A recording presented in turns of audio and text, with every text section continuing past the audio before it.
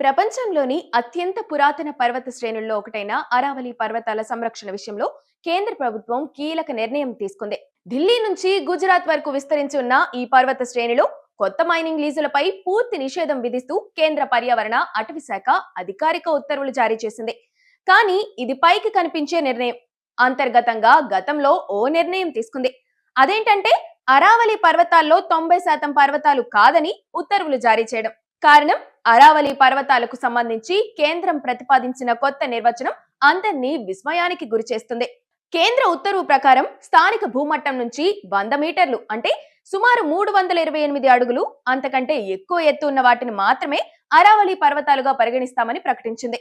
అక్కడ మాత్రమే మైనింగ్ నిషేధం వర్తిస్తుందని ప్రభుత్వం గతంలో పేర్కొంది.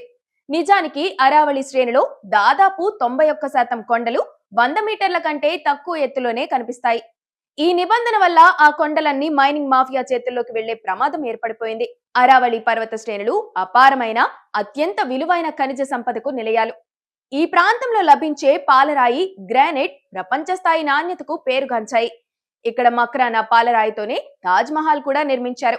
వీటితో పాటు ఇక్కడ లభించే సీసం, జింక్, రాగి, వెండి ఖనిజాలు పారిశ్రామికంగా అత్యున్నత గ్రేడును కలిగి ఉంటాయి. అలాగే సిరామిక్ పరిశ్రమలో వాడే ఫెల్డ్స్పార్, క్వార్ట్జ్ వంటి అలోహ ఖనిజాలు, అత్యంత నాణ్యమైన రాతి సున్నం ఇక్కడ విస్తారంగా లభిస్తాయి.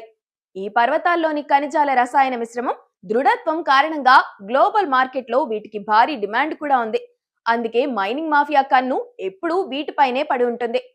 కేంద్రం కొత్త ఉత్తర్వులతో సేవ్ అరావళి ఉద్యమం ప్రారంభమైపోయింది. సుప్రీంకోర్టు సైతం ఈ విషయంలో జోక్యం చేసుకుంది, కానీ ఆ ఉత్తర్వును నిలిపివేయలేదు. కానీ కొత్త లీజులు ఇవ్వరాదని స్పష్టం చేసింది.